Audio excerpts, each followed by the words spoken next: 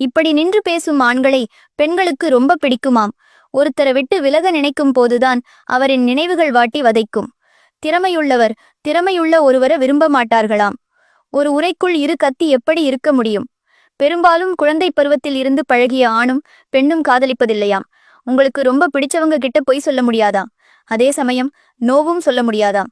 அதிகமாக உலக அறிவு தெரிந்தவர்கள் தங்களுக்கு மிகவும் குறைவாகவே தெரிந்திருக்கிறது என்று நினைப்பார்களாம்.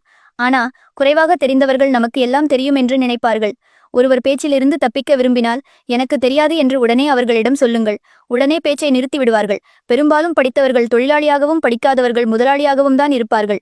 வேலைக்காக இன்டர்வியூ செல்லும் போது முதல் ஆளாக அல்லது கடைசி ஆளாக செல்லுங்க. ஏனென்றா முதல் நபரும் கடைசி நபரும் நினைவில் இருப்பார்களாம். ஒருவர் பிஸியாக இருக்கிறார் என்றால் சமூகத்தால் அதிகம் மதிக்கப்படுகிறார் என்று அர்த்தம். நல்லா படிக்கும் மாணவர்களிடம் ஆளுமை இருக்கவே இருக்காதாம். ஒரு பெண்ணிடம் பேசும்போது நேருக்கு நேராக பேசுங்கள். பக்கவாட்டிலும் பின்புறத்திலும் நின்று பேசாதீர்கள்.